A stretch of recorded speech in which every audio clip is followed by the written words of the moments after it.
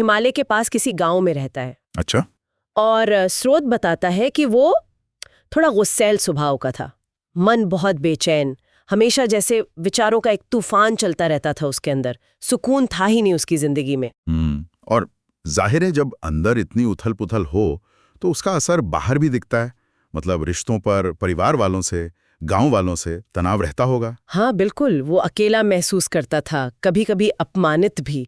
ये एक ऐसी स्थिति है जिसे शायद कई लोग जुड़ पाएंगे, जहां मन की अशांति बाहरी दुनिया को भी मुश्किल बना देती है। ये बात तो है। फिर एक दिन क्या हुआ, वो गांव के बाहर कहीं टहल रहा था और उसकी नजर एक पेड़ के नीचे ध्यान में बैठे एक बौद्ध भिक्षु पर पड़ी। ओके। और स्रोत कहता है कि भिक्षु के चेहरे पर एक अलग ही तरह की शांति थी, एक पॉजिटिव एनर्जी जिसने भारत को अपनी तरफ खींचा। हाँ, ये इंटरेस्टिंग है। मतलब कभी कभी शांति की तलाश किसी शांत इंसान को देखकर ही शुरू हो जाती है ना? हाँ, तो भारत उनके पास गया, थोड़ा इंतजार किया।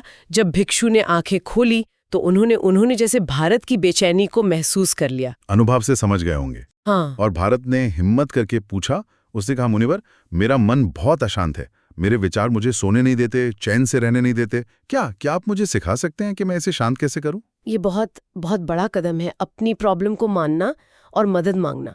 अक्सर यही सबसे मुश्किल होता है। बिल्कुल। तो भिक्षु ने उसे सीधे कोई लेक्चर नहीं दिया, बल्कि उन्होंने कहा कि मैं तुम्हें एक कहानी सुनाता हूँ। अच्छा। हाँ, और कहा कि इस कहानी में ही मानसिक शांति का राज छुपा है। और यहीं से शुरू होती है एक और कहानी, शक्ति नाम के व्यक्ति की। अच्छा, कहानी के अंदर कहानी, ये तरीका अक्सर मुश्किल बातें समझाने में बड़ा कारगर होता है। हाँ, तो क्या थी शक्ति की कहानी? भिक्षु ने बताया कि एक नगर में शक्ति रहता था, बहुत एम्बिशियस, मतलब उसे हर काम में तारीफ चाहिए, सक्सेस चाहिए। टिपिकल। हाँ, लेकिन जैसे ही कोई नाकामी मिलती या कोई बुराई कर देता तो वो एकदम गहरी चिंता और तनाव में डूब जाता था। ये सोच तो काफी आम है ना, कि ज्यादा सफलता, ज्यादा पैसा, शोहरत, यही खुशी देगी। पर शक्ति के साथ हो रहा था उल्टा। सही कहा।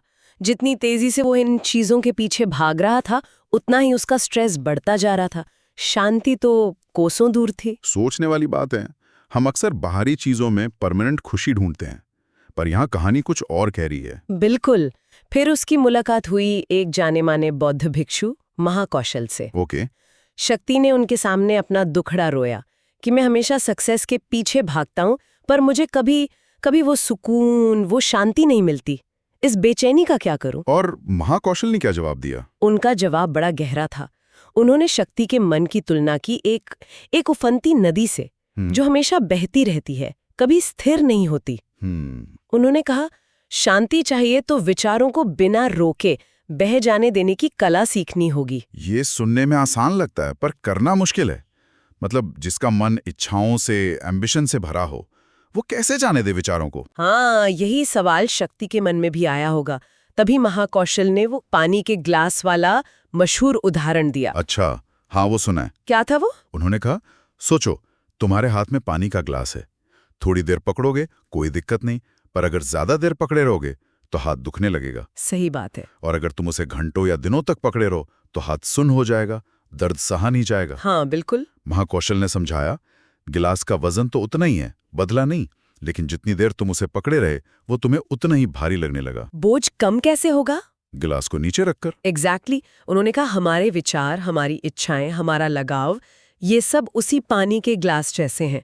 जब तक हम इनसे चिपके रहते हैं, इन्हें पकड़े रहते हैं, ये बोझ बनकर हमें अशांत करते हैं। ये अनासक्ति का सिद्धांत है, डिटैचमेंट।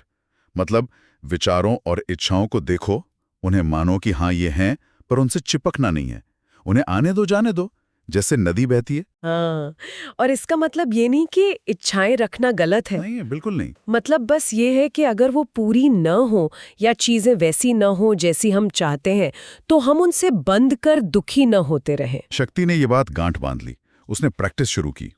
अपने मन में जो भी विचार आ रहे हैं, भावनाएं उठ रही हैं, उन्हें बस देखना शुरू किया, बिना ये सोचे कि ये अच्छा है, ये बुरा है, बिना उनसे उलझे।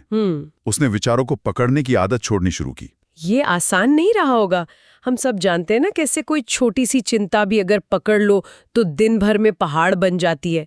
शक्ति को भी काफी मेहनत लगी होगी अपनी पुरानी आदतें तोड़ने में। बिल्कुल, पर धीरे धीरे अभ्यास से उसे समझ आने लगा कि उसकी इच्छाएं और चीजों से उसका जो वो गहरा अटैचमेंट था, वही उसके दुख का कारण है। सही। और जैसे जैसे वो इस अभ्यास में गहरा उतरा, उसने एक और बड़ी जरूरी बात सीखी। वो क्या थी? उसने पाया कि मन में जो ये लगातार कमेंट्री चलती रहती है ना, अंदर ही अंदर की बकबक, उससे छुटकारा सिर्फ और सिर्फ वर्तमान पल में टिक कर ही मिल सकता है। अच्छा। हाँ, मतलब अतीत के पछतावे या भविष्य की चिंता, इनसे हटकर जब वो पूरी तरह से अभी और यहीं होता था, तब उसे असली शांति महसूस होती थी। ये तो बिल्कुल वही बात है जिसे आजकल लोग माइंडफुलनेस कहते हैं, प्रेजेंट मोमेंट में पूरी तरह अवेयर रहना बिना किसी जजमेंट के। हाँ बिल्कुल। और फिर उसकी शक्ति में ना एकदम गजब का बदलाव आया। स्रोत कहता है कि उसका मन एक शांत झील जैसा हो गया। वाह। उसने वो बाहरी सफलता की अंधी दौड़ छोड़ दी, जीवन की जो सादगी है उसमें संतोष खोजना शुरू कर दिया। तो मतलब उसकी प्राथमिकताएं बदल गई। हाँ, और वो खुद शांति और ज्ञान का प्रतीक बन गया।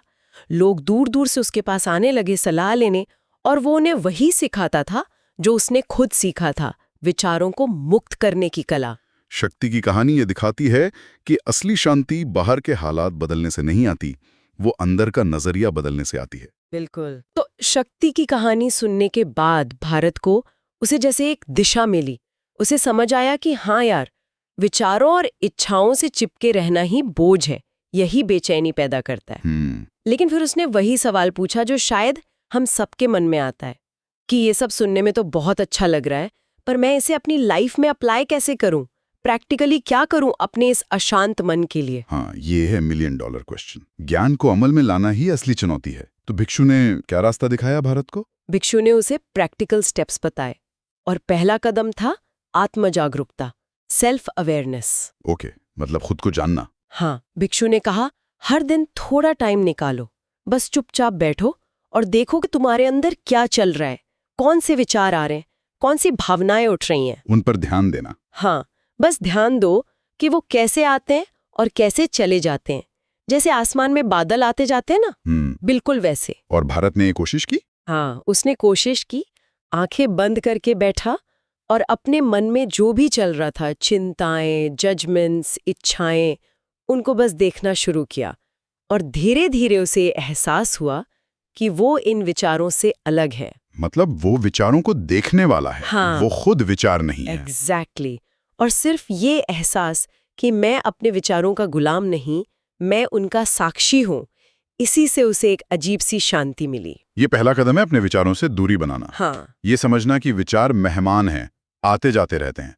आप घर के मालिक हैं, उन्हें आने जाने दें, पर घर पर कब्जा ना करने दें। बिल्कुल सही कहा। फिर भिक्षु ने बताया दूसरा कदम, अनासक्ति और वर्तमान क्षण पर ध्यान, डिटैचमेंट और प्रेजेंट मोमेंट फोकस। ओके, तो जैसे शक्ति ने लगाव छोड़ा था, वैसे ही भारत को भी उन विचारों और भावनाओं को खुद से, कह सकते हैं, मुक्त करने का अभ्यास करना था जो उसे परेशान करते थे। हाँ, मतलब जब कोई नेगेटिव विचार या फीलिंग आए तो उससे लड़ो मत, उसे दबाओ मत, बस उसे स्वीकार करो। हाँ, अभी मुझे गुस्सा आ रहा है, या हाँ, ये चिंता वाला विचार है, और फिर धीरे धीरे उसे जाने दो। और साथ ही अपना ध्यान वापस प्रेजेंट मोमेंट में लाना, शायद अपनी सांस पर या आसपास की किसी आवाज पर। हाँ, लेकिन ये हमेशा इतना आसान नहीं होता है ना? भारत ने पूछा, अगर विचार और भावनाएं बहुत तेज हों, मन को एकदम जकड़ लें और जाने का नाम ही ना ले, तब क्या करें? हाँ, ये बिल्कुल प्रैक्टिकल प्रॉब्लम है। बहुत से लोग जो ध्यान या शांति का अभ्यास शुरू करते हैं, उन्हें यह अनुभव होता है। तो भिक्षु ने इसका क्या हल बताया? तब भिक्षु ने एक बहुत शक्तिशाली तकनीक बताई।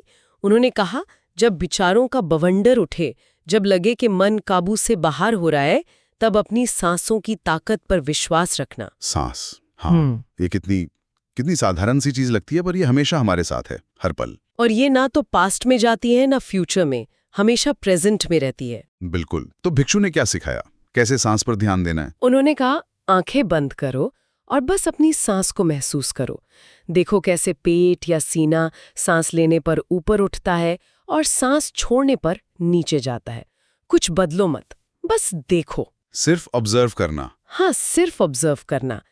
भिक्षु ने समझाया कि जब भी मन बहुत ज्यादा बेचैन हो, डरा हुआ हो, गुस्से में हो, फौरन अपनी सांस पर लौटाओ। और सांस की जो वो रिदमिक गति है, वो धीरे धीरे मन को शांत करती है, उसे तुरंत वर्तमान पल में वापस ले आती है।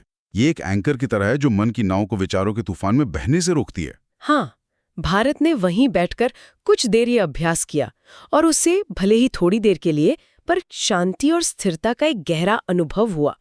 उसे समझ आया कि सांस एक ऐसा सहारा है जो हमेशा मेरे पास है। हाँ, जो हमेशा हमें वर्तमान की याद दिलाता है और शांति का अनुभव करा सकता है।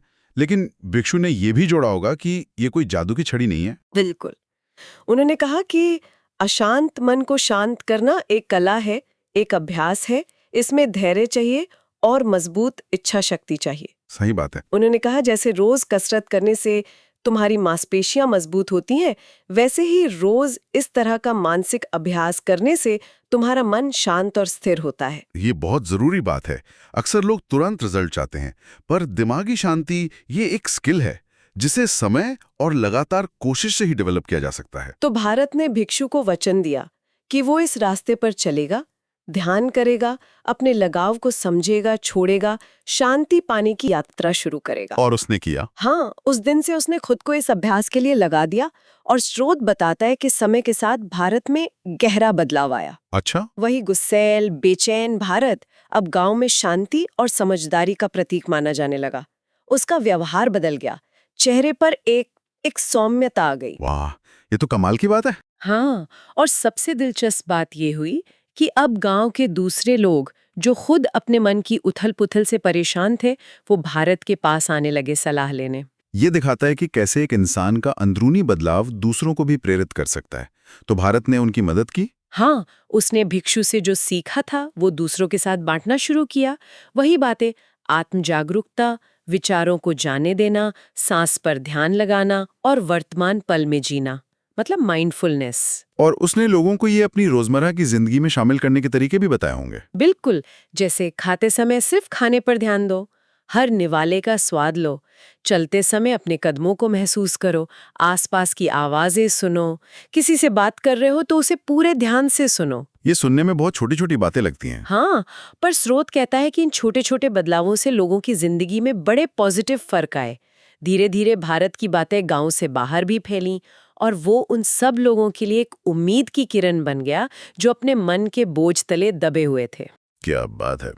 तो इस पूरी कहानी और हमारी इस चर्चा से हम क्या मुख्य सीख ले सकते हैं? मुझे लगता है सबसे बड़ा सबक तो यही है कि मन की शांति किसी बाहरी चीज पर निर्भर नहीं करती, न सफलता पर न विफलता पर। सही कहा। ये शांति अपने ही मन को गहराई से समझने से आती है, अपने विचारों और इच्छाओं के पैटर्न को पहचानने से, उनसे थोड़ी दूरी बनाने से, मतलब अनासक्त होने से, और लगातार वर्तमान क्षण में जीने का अभ्यास करने से आती है। और हमारी सांस, वो इसमें एक बहुत शक्तिशाली और हमेशा हमारे पास रहने वाला टूल है जो हमें किसी भी पल कहीं भी वापस प्रेजेंट में टिका सकता है, शांति महसूस करा सकता है। बिल्कुल। कहानी में भिक्षु महाकौशल ने वो पानी से भरे ग्लास का उदाहरण दिया था ना, जिसे पकड़े रहने से बोझ बढ़ता है और छोड़ देने से राहत मिलती है। हाँ, वो बहुत पावरफुल मिसाल है। ये सोचने पर मजबूर करता है कि हमारी अपनी जिंदगी में वो कौन सा विचार है या कौन सी इच्छा या कौन सा लगाव है जिसे हमने सबसे कसकर पकड़ रखा है, वो कौन सा ग्लास है जो हमें सबसे भारी लग रहा है। और शायद अगला सवाल ये है कि उस गिलास पर अपनी पकड़, बस जरा सी हल्की सी ढीली करने का वो पहला छोटा सा कदम क्या हो सकता है। जरूरी नहीं कि उसे एकदम से नीचे रख दें, पर शायद बस थोड़ी सी पकड़ ढीली करने की शुरुआत कैसे की जा सकती है, ये सोचने के लिए एक अच्छा बिंदु है।